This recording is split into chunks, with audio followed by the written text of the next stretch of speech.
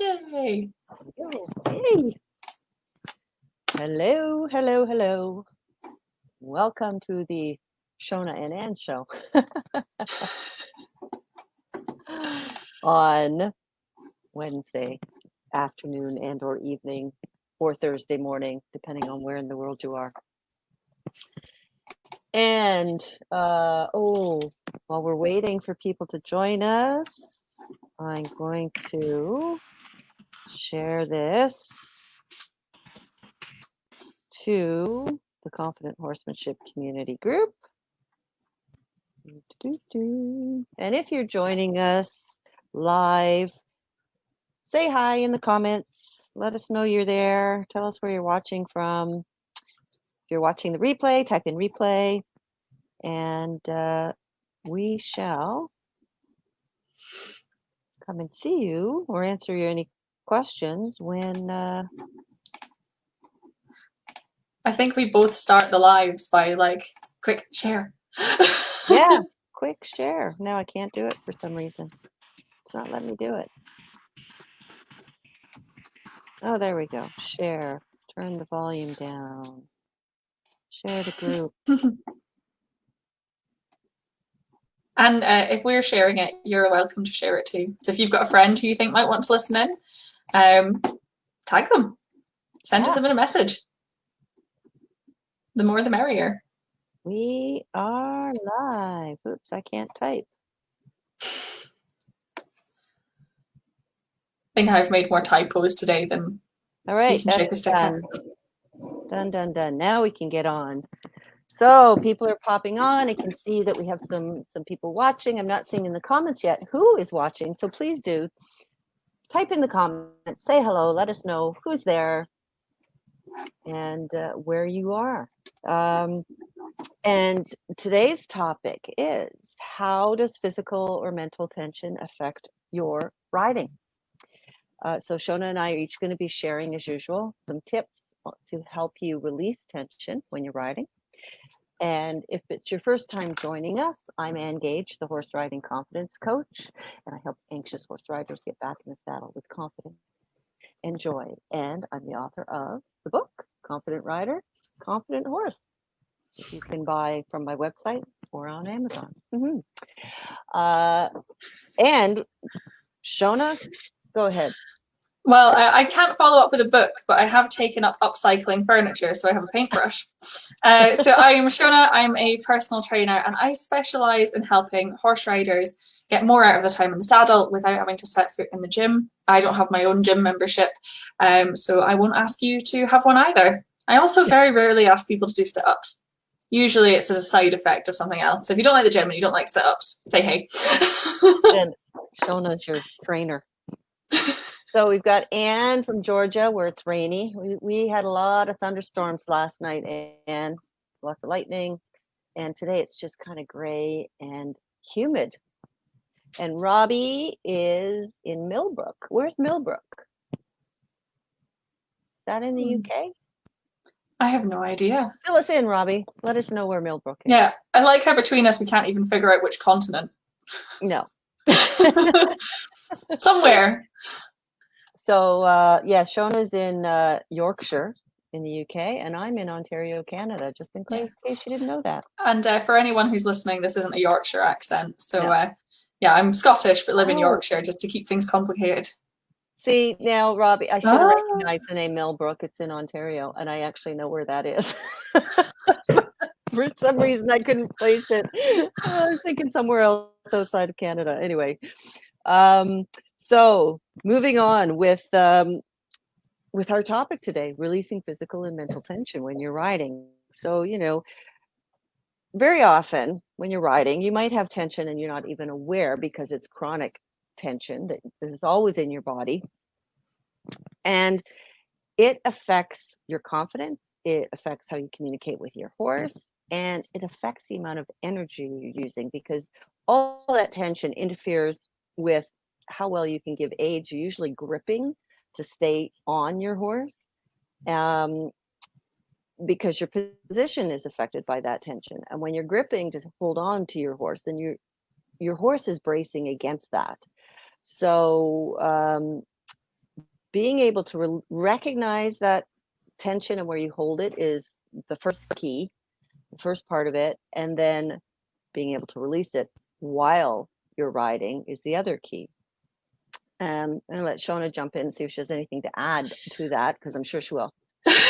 Yeah, so tension is a really interesting one. So I do a lot of work with people on flexibility and mobility, and there are quite a few different reasons that we can be tense, and I'll go into those a bit later on with some of the solutions for those. But one of the big things that tension can do is it can increase our injury risk if something does happen. So if you imagine your muscles are pulled tight all the time, like an elastic band, and then something pings it, it's more likely to snap. Obviously, our muscles are not going to snap, and if they do, I think we've done something quite severe. But it's that kind of, we don't want them to be pulled taut all the time. We don't want them to get that stress and strain. We want them to be able to relax and bend and have that natural movement. Our muscles and our body is very, very adaptable.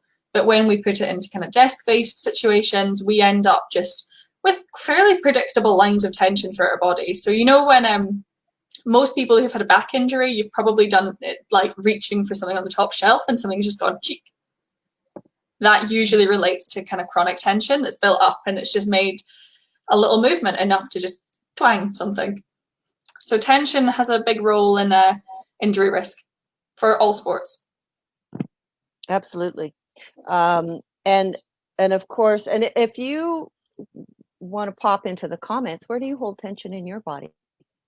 You know what part of your body you hold tension in when you're riding or when you're not riding. Because if you're holding it there when you're not riding, it's going to be there when you are riding. The other part of your tension affects your horse. And because, again, when you're gripping to hold yourself into the saddle or onto your horse's back, then your horse is bracing against that. He cannot carry himself or herself in the best posture. When you're tight, you might be banging on the horse's back more because your joints aren't supple enough to absorb the horse's movement. And when you bounce on your horse's back or jar on your horse's back, they're going to be dropping their back away from you, which puts them into a bad posture, which puts more stress and strain on their muscles and joints. And it's usually harder to sit to. It's very hard to sit to. And which makes you brace more. So we get this vicious circle of you're bracing, the horse is bracing, it's harder to move with the horse, and so you grip more. And so we want to help you break that cycle. And if you ever want to see a really good example of this and how much easier it is for your horse to carry a relaxed rider, give a moderately sized child a piggyback. Most children grip like nobody's business and squeeze right in at your rib cage, right in just above your hips, and it's quite difficult to carry them.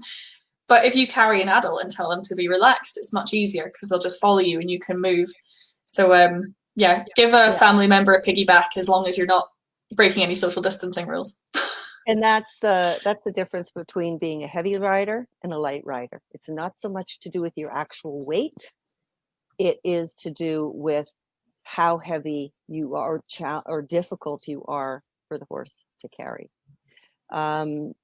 So if you have questions or comments as we're going through this, please keep popping them into the comments. We are paying attention there and we'll come back to them. Yeah. So Seonaidh's going to give you some physical release. I was going to give us so before we moved on to physical releases, the other thing is, so when we're horse riding, we want to be as precise as we can. And Anne and I both are very interested in kind of horse training and things like that, and how you can be as clear as you can. And if you're carrying tension, you give a lot of mixed signals. So you can end up with confusion from both parties. Whereas if you're relaxed and you apply tension very specifically and then release it again, it gives you much more control and it makes you a much more effective rider too, which saves you energy. And save your horse's energy. Absolutely. So yeah, that's one of my big reasons for asking people to work on tension. So physical tension is a massive thing. One of the nice ways to figure out, hey Liz, one of the nice things you can do to figure out where you carry tension when you're riding is just sit up straight in a chair. Because you might find that somewhere just feels a bit not so great. So I find it right between my shoulder blades. I kind of fix through my thoracic spine, which is the same as one of the horses I ride at the moment. We do the same thing with our shoulder blades, which I thought was quite entertaining. We need the same physio because it's the same thing they're doing on both of us. She's just a much better patient. So sitting up and finding those areas of tension, and then you can start to move with them and just see where they are. Quite often, tension can be caused by weakness. So if our body has a muscle that's weak, so I'm not going to go into too much of the detail, but the majority of us who've got desk-based jobs, we sit like this, so we've got our shoulders rounded forwards. The muscles in our chest are tight and short. The muscles in our back are tight and long. And usually the muscles in our back are tight and long and weak. So strengthening those muscles can help you reduce that tension. So it almost feels like a slight contradiction, because you think you'd need to stretch them and lengthen them, but actually strengthening them and then lengthening them and getting that kind of sponginess and that springiness back into them is going to help reduce that tension. Second reason for tension, ingrained movement patterns. We get into habits of holding tension in particular places. We get into habits of firing particular muscles before the others. So our brain is incredibly resourceful and it will use the path of least resistance. So if you spend a lot of time sitting at a desk, and I'm going to keep referring to desk posture because it's such a big thing for so many of us, sitting at a desk shortens our hip flexors, the muscles in the front of our hips. And that down regulates our glutes. So it means that our body doesn't fire our glutes as effectively. So we're more likely to use our quads to do something. So it's got this kind of ripple effect. So if you're habitually not using your glutes, and using your quads instead, that's likely to happen in the horse too. So your brain will just get better and better at going to those kind of quick win places. And this is where we end up with, for example, sore knees. When we're using our quads a lot, we put more pressure on our knees. We're likely to end up with kind of that inner knee discomfort from tight quads and adductors. Whereas if we learn to fire our glutes correctly, we don't get that in the same way. And it can take some reminding, but it does work. So I have a desk job as well as being a personal trainer. And I did a lot of work a wee while ago on turning my glutes on, and I got halfway up a hill and my glutes were absolutely exhausted. And I was like, I'm so happy right now, but my glutes are not fit enough to get me up this hill. So, and that's basically what we ask our horse to do. We ask our horse to use their bum. It's only fair we do the same. So, sorry, I've gone on a bit of a tangent there about hip flexors. I love this stuff. I find it fascinating. So give us a tip for so the quick tip. Tension. So once you are aware of tension, there's kind of a two-stranded one to this. Our body deals in tension. So we can't lengthen a muscle, we can only shorten them. So what we can do to release tension, deliberately tense everything, breathe in, breathe out, and let go. And very deliberately let go. And take a couple of tries at that. If you've got a very forgiving horse, you can do this in the saddle. If your horse isn't so forgiving, if you've got something that will respond to that and not be so happy with it, do it out of the saddle and be very conscious of just breathing out and letting go, and get used to that feeling of kind of just sinking and almost feeling a bit heavy, but without turning everything off. We're not, turning everything off completely. And the second thing you can do is if you go for a really long walk or you train and you've got a bit of that day 2 pain at from the gym, that will tell you exactly where you're tensing up. So it's like having a microscope. So that is probably one of the only times I'd recommend someone go to the gym, is if you want to know exactly which muscles are firing. That's a really nice way of doing it. And if anyone does want to try that out as an experiment, give me a shout, because it tells you a lot. But yeah, mostly tense deliberately, breathe in, breathe out, and let go. So if you haven't been riding for a while and you get back to riding and your inner thigh muscles are sore 2 days later, that's going to tell you where you've been tense as well. Yeah, big time. Although actually sometimes you'll find that, so I had a friend of mine come and tweak my position, and she just got a little bit more internal rotation, and oh my word, my bum. I've never worked so hard in my life. We spent most of the time in walk, and it was just a very slight tweak. So yeah, it'll tell you where you need to strengthen as well to hold that position. Excellent. Yeah. So we got some answers to where do people hold their tension habitually, and Anne says neck and shoulders. Robbie clenches his jaw. Clenches her jaw. Sorry. And Sam says it's in her butt. It's in our butt. We all hold tension in different places. So clenching your jaw is a really interesting one because that kind of has a cascade through the rest of your body. So a really interesting stretch, just a very quick one, just to release the muscles in the front of our neck. Put your hands on your chest. I'm going to need to not to blow my headphones out. Put your hands on your chest. Hold your teeth together and look up. And you should feel that up in here. Up where? So kind of here. So you're just holding your chest down, keep your teeth together, looking up. Oh, yeah. And you can relax it. So that's one that's quite often tight in people with a forward head posture as well. But that's quite a nice stretch. And it kind of just makes you very aware of kind of where the muscles are in your neck and your jaw. But yeah, so holding your jaw when you canter likely says you're holding tension throughout your upper body. And that likely means you're holding tension in other places. So the jaw might be your kind of cue to look for to say, well, if my jaw is clenching, other things probably are too. And I do the same when I'm diving. I sit and chew on the regulator and I come out, my jaw is exhausted. So yeah, jaws and remember that our horses often mirror us.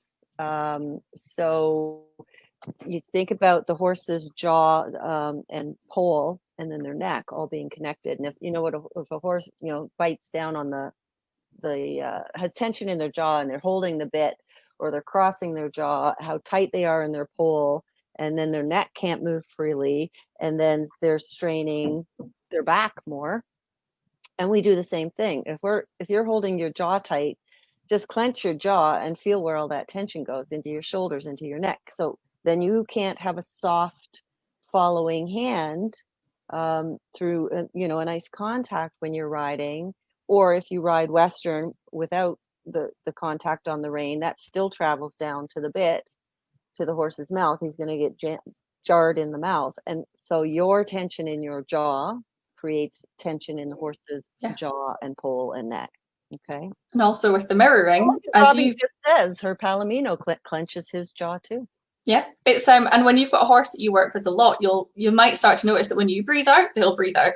Yeah.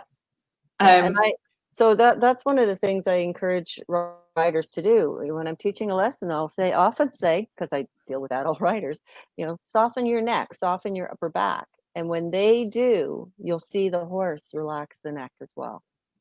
Because everything we do, again, holding tension in the neck affects your arms. And as soon as you soften there, the horse can go, oh my God, thank you. And soften their neck. So you play with that, Robbie. I'd love to hear how that if that changes anything with your horse when you soften your jaw.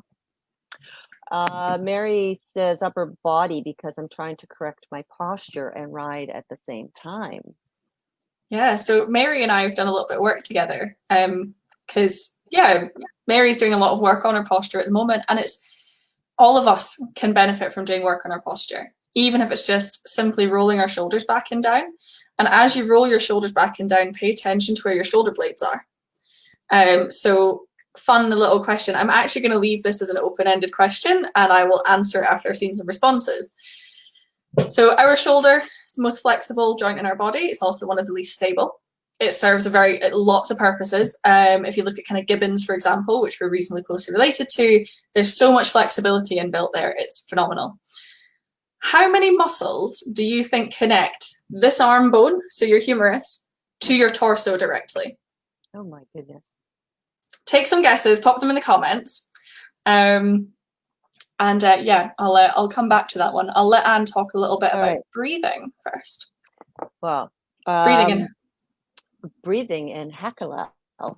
So when you're riding, this is an exercise you can do. I encourage you to practice it when you're not on your horse, because then it becomes easier to go into when you are on your horse and you notice the tension. And so you might start having some anxious thoughts. And of course, that puts tension in your body. Tension in your body can create a feeling of imbalance, not being secure, which then, of course, affects your confidence. So either way, this Hakelau, if you've read Sally Swift's Centered Riding, she talks about riding with soft eyes.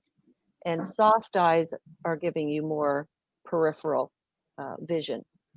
So this is basically what Hakelau is. And I'll just take you through quickly how you can go into this. So if you pick a spot, just above your eye line, without tipping your head up. Just let your eye look upward slightly to a specific spot. And first stare at that spot, and you have a very clear focus on that spot.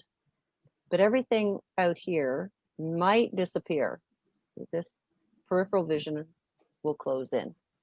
And as you're staring at that spot, and you just start to take some nice, deep, slow inhales and exhales from your diaphragm. And as you're doing that, allow your gaze to soften. So that spot you're staring at is going to become a little out of focus, not quite as focused. You can still see it. And as you continue to do that, just notice that you can probably see, if you put your hands up to the side, you could probably see, here are my hands, out to the side, you can probably see your hands. And I can see there's a bookcase over here to my left, there's a wood stove over there to my right, and I can just see them. They're not clear, but I can see them. That's your peripheral vision.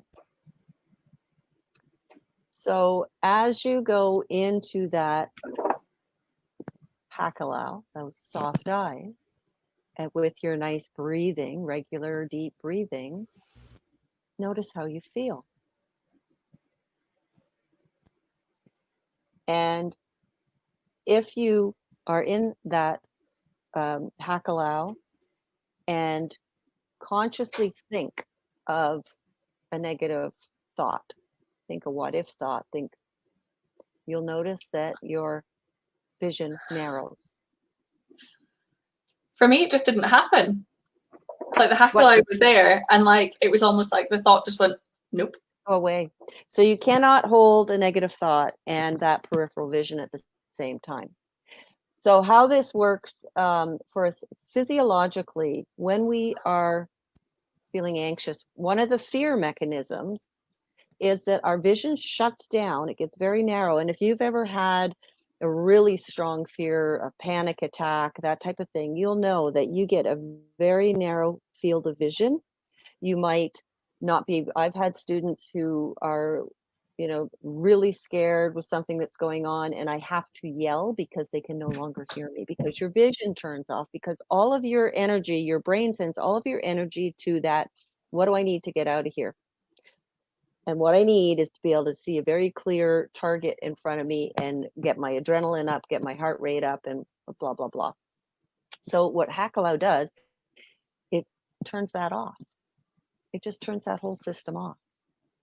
So I encourage you to practice this. You can use it anywhere you start to feel a little bit anxious, or anytime you just want to decompress a bit. It's a bit like putting yourself into a little bit of a daydream kind of trance, when you're just sort of staring off into space and not so consciously aware of things, although your conscious mind is still engaged. So if something happens, you're right there. Okay. Liz says, yes, I taught this to Liz because she's a client, and she she uses it, and it really does work. So give that a try, and you can combine it with that nice, calm, deep breathing from your diaphragm, which is, the breath is the first thing to go to release tension when you're sitting on a horse. So if you tense physically, your vision goes in as well. It's because the physical and the mental tension are completely connected. Yeah. Mary says she loves it. Good. So give it a try. Let us know how that works for you.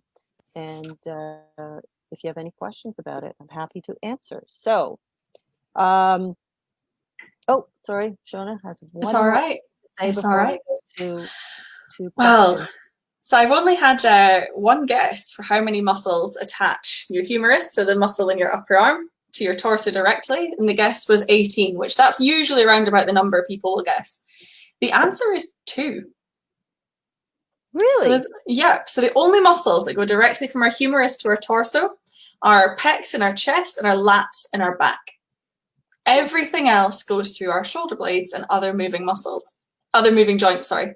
So when we think about doing shoulder rolls, don't necessarily think about where your arm is going. Think about where your shoulder blades are going. And that's going to give you a much bigger picture. So you want to draw circles with your shoulder blades, and that's going to move your arms. So actually thinking of moving your shoulder blades is going to activate and give you better awareness of what's going on behind you. We're not very good at thinking about what our back is doing. So it takes a little bit of practice. So you can play with drawing circles in both directions. You can play with lifting them up and down. You can alternate. You can draw them out to the side and in. And it'll just help switch on those muscles. And sometimes doing that is enough to just loosen that tension as well. So that's part of the reason I say shoulder rolls, but think of your shoulder blades. That's great. So yeah. A lot of adult writers hold tension in their upper back. I think a lot of adults.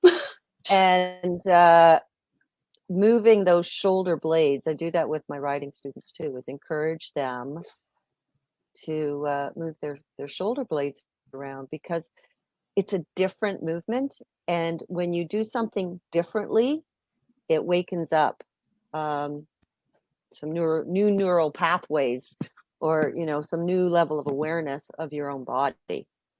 So rather than thinking roll the shoulder, it's move that. Drawing, what did you say? Draw the circle with the shoulder blade is a great one. Yeah. And if you do that when you're on a horse and you're holding your rein, you want to be able to roll your shoulders without moving your hands. So that gives you a steadier, quieter hand. If you ever want me, yes. She's Marin. If you've got any questions about anatomy, just skip me and go straight to Mary. It's if you ever want to talk to me about shoulder blades, just drop me a message and we can talk for about 3 weeks, because they're such an important bit of our body in the way they connect everything. But where I was going next was the role of self-massage in managing chronic tension.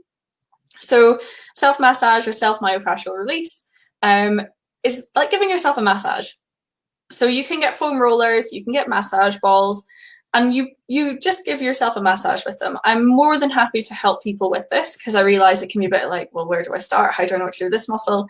But the general rule is you start nice and long and gentle, you warm the muscle up, and then when you find trigger points, which is where you'll find a bit that'll go, ooh, that's a bit interesting. You sit on it, you keep a constant pressure until that gently eases, and then you go back to moving again. So there's fairly common points that we'll find trigger points.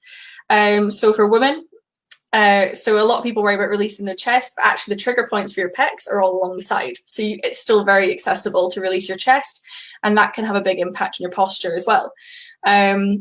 Quads are a good one, so just above the top of your knee and then up the outside of your quad tends to be quite trigger pointy. There's a few different things we can do for hamstrings, but self-massage, it just gets through that chronic tension in a way that stretching cannot.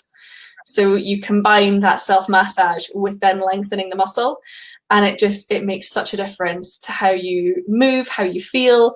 I generally say, so I do one-to-one massage sessions with people, and I generally say, don't drive for an hour or two afterwards, because it can be really draining. You can go into the same sort of post-massage kind of, oh my God, from doing self-massage as you can from getting a massage from a physiotherapist, a sports massage therapist. But it's a really great tool. Foam rollers you can get for about, I think it'd be like $20 tops. I'm converting, I don't know the exchange rates, but I'd imagine around $20, and I'd imagine a massage ball for around about $10 or $15.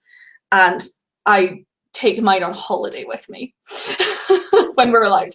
So self-massage is a great way of just getting to the crux of that muscle tension, and it can tell you if you're asymmetrical too. If you're adductors, so the muscles that bring our knees together, if on one side there are so many trigger points that you have to take it steady, that tells you that muscles are firing differently and you're treating your body differently. So that can point out why your horse is going squint as well. So it's quite a good exploring tool too.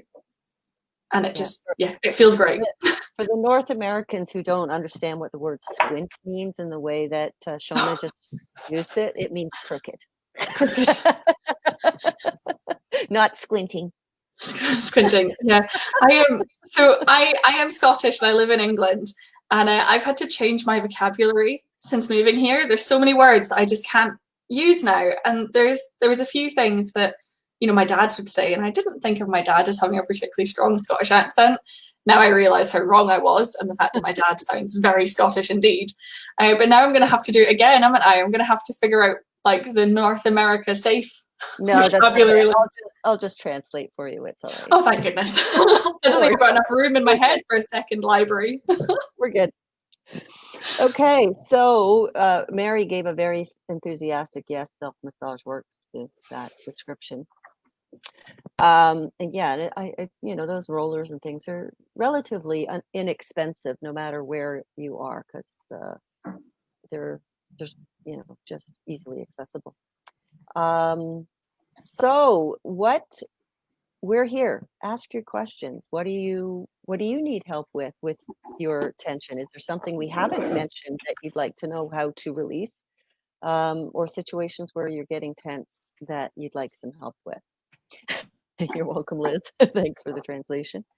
And while we're waiting for some questions to pop up, we're going to remind you that Seonaidh and I are putting together this program, the Focused and Fit to Ride, the 4-week online program where we will both be coaching you through the mental and physical sides of being fit and the best partner you can possibly be for your health, your horse, and to improve your riding.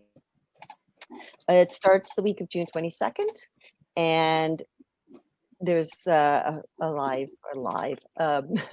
closed Facebook group for members only, where we're already in there and some activities are already happening. You have lifelong access to the course, the materials. You have our support, you have support of the other people in the group. And all of the trainings, although they're online, they are live, and it will be on Zoom, so we'll actually be able to interact and ask questions and get answers. We're making this as individualized as we possibly can within a group program. And the doors close on Sunday, June the 21st at midnight in the UK, 7 p.m. Eastern and 4 p.m. Pacific. And Seonaidh has just put the link in there. So if you want more information, follow the link or contact Seonaidh and I. We're happy to answer your questions. And you can get in there, register in your preferred currency, pounds, Canadian dollars, or US dollars. So Liz said, recommended yoga ball exercises for tension release.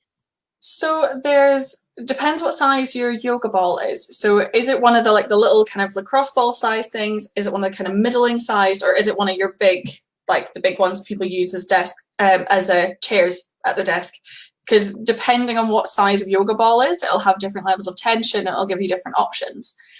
But generally, for horse riders, if we're talking about our upper back, anything we can do that gets us moving through our upper back is going to help.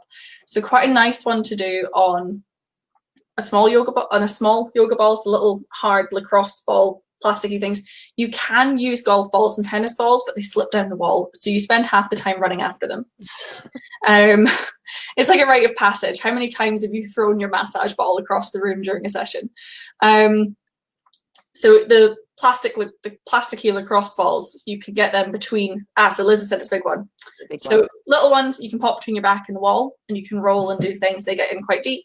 The middle-sized ones and the big ones you can use to basically support your lower body. So I would have it kind of part way down your back, keep your tailbone tucked and your core engaged. So we're not letting our lower back is so overachieving.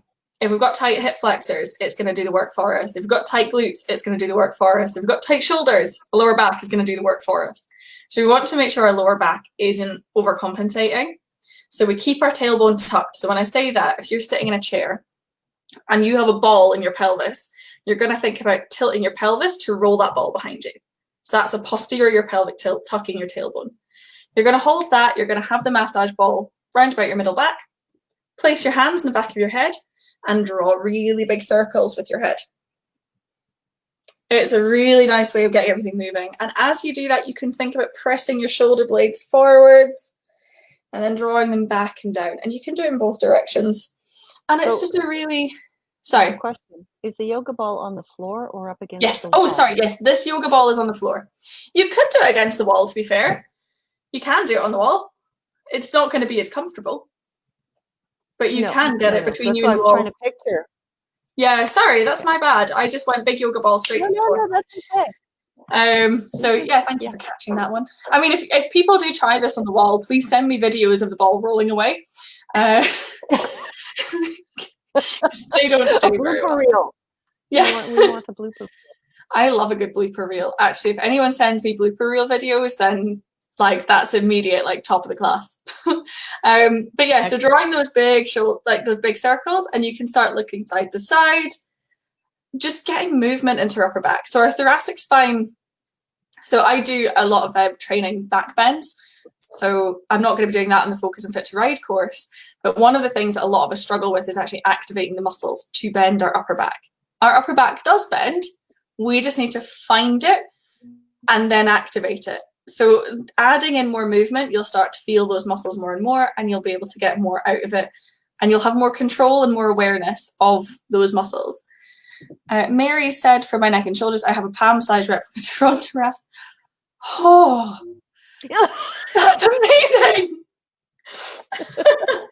So with the texture, so actually this is a question I get asked a lot. So if you do go and look at massage balls, you will see ones that are smooth and you will see ones that are spiky. Personally, I would recommend getting the smooth ones. The spiky ones kind of dissipate the pressure, so you don't get the same, it doesn't get as deep into the muscle. I'm sorry, I'm picturing a spiky dog ball now. Oh. See, and in my head, because I used to be a dog walker, in my head, I've immediately added dog drool to that image. Oh. I was like, oh, let's not use that. So the massage balls that I'd recommend, they're hard, they're plasticky, they're usually like lacrosse ball type things. But yeah, the spiky ones, they can be quite nice on your feet, but they don't get as deep. And you can do everything with the smooth one that you can do with the spiky one, and it'll just help you get a bit deeper into the muscles. And it's a little bit more precise, and it doesn't roll off the wall as easy. Not that I'm biased in any one direction. Oh, it needs to have grip. Having grip makes the difference when you're rolling on the wall. So it's not going to go rolling away from you. Not too much.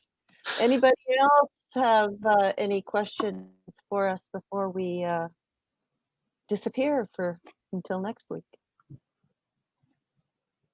I do feel like between Anne and I, we could probably talk about tension for like forever. So we've been quite restrained. We have. I just wrote an article yesterday to submit to a Horse Canada magazine all about tension in different riding positions and how it influences or affects your horse, as well as your confidence and riding ability. We get more by holding muscles, the wrong muscles, right? We create problems in other areas. What were you going to say, Seonaidh? I was going to say, are you comparing like different riding disciplines or different saddle styles? Or just different? Matter. I mean, the basic riding position is the same regardless of what discipline you ride. Now that changes obviously if you're doing jumping. You're not sitting in the saddle, but your basics for any discipline, I don't care what type of horse you ride, what kind of saddle you're in, whether you're doing dressage, trail riding, Western, endurance, it doesn't matter. Your basic position is the same because it's like any sport. In skiing, the basic position is the same for the balance. In skating, it's all the same. And once you are not balanced over your seat, you're going to be gripping and putting your weight either forwards or backwards and impacting your horse's body, because remember, you're sitting not only on the horse's spine but over their rib cage. That's where your leg goes. So those people who kick the horse's sides, just imagine you're getting thumped in your ribs, over their lungs, and so we need to be as soft and supple and light as we possibly can sitting up there. We need the horse to respond to our lightest aids. I did this in a lesson on the weekend with school horses who are not the most, sort of tuned into their riders' animals. And I had a student who was really gripping because of a poor riding position. And I mean, she was just out by a little bit. She was tipping forward just a wee bit. Fixed that, got her right in the right place. And I said, okay, just think about turning right. And the horse turned right. And she was blown away because she didn't have to do anything, because with all that tension gone, the horse could actually feel her shift of weight as she had the thought. The body, if you have the thought, your body responds, and it is so, so subtle. And it blows people's minds every time I have them do that. And for those of you who are still riding like schoolies, I mean, I've never owned my own horse. So the majority of my riding has been on schoolies. And I remember getting one of the big mare called Whisperer, who was safe as houses. You could put anyone on her. She got a lot of beginner adult men. She was a real she didn't move. And me and my instructor, I had a 1-to-1 and we worked through. And by the end of the session, to ask her to canter, all I had to do was sit and allow. Yeah. And this is not a school horse that I would have expected that from. And it definitely changed my perception of what you can do with it. I mean, this instructor I had could make anyone into a dressage rider. She made you remote controlled, never mind the horse. When we get out of the way, it's amazing what the horses are able to do. Completely. We just have to be getting out of the way by being balanced, supple, centered, sitting in a good position, using the correct muscles and using them correctly, and only applying pressure when absolutely necessary. And releasing pressure. And releasing pressure. Yeah, that's the other part of it, is people put on a leg and then don't let it go. So the horse just braces against that pressure instead of moving away from it. The same thing, you got to be able to use your different body parts independently. So when your right leg goes on to ask for a bend or to ask the horse to move over, the left leg has to stay soft and passive so that it allows the horse to move over, to move their ribs out, to bend. And very often people aren't able to do that isolating. One leg goes on, the other leg goes on. Now the horse has nowhere to go. And again, they brace. This is why horses are stubborn or lazy and don't go forward. This is why horses are carrying themselves in bad postures. This is why horses grab the bit and run. They're all just different responses to the rider's poor position. So there's an interesting thing with so I've heard this more with trot, and Anne, I guess you will have heard it in canter as well. People say, well, I have to keep asking them to stay in trot. A mindset shift that worked for me, that meant I wasn't getting after them, was I ask them to trot. It's their job to stay in trot. So once I start thinking about that, it's like, well, I've asked you, you're trotting, you can get on with your job now. And that mindset shift for me made me feel more relaxed. And it means that even on your kind of more lazy ponies, you don't spend as much time asking, because your expectations are different, and they pick up on that because they know more about us than we know about them. Mm-hmm. And again, it comes to, are you getting out of the way? When you ask the horse to trot, once they are trotting, are they able to keep trotting easily, or is it more work because of how they have to carry you? So again, the lighter you are, the more you're able to move with your horse, the more easy it is for them, or the easier it is for them to continue in that gait, as long as they are balanced as well. So we impact the horses just incredibly. So the better we can be, the more balanced we are, the more relaxed we are, the better for the horse. And I'm all about the horse. Well, the rider too, but the horse has no choice. We have choices. So there you go. All right, not seeing any more questions coming in. So we will just ask you, if you enjoyed this video, to please share it, like it, love it, share it with your friends, tag somebody who needs to get this information. And we will see you next Wednesday, which is June 17th, around the same time, 2 p.m. Eastern, 7 p.m. What's next week's topic? I moved my whiteboards out of the way, and I don't I've lost my very high-tech diary. I could look it up, but it'll take me a minute. No, it's going to take me too long. We'll just have to post what it is.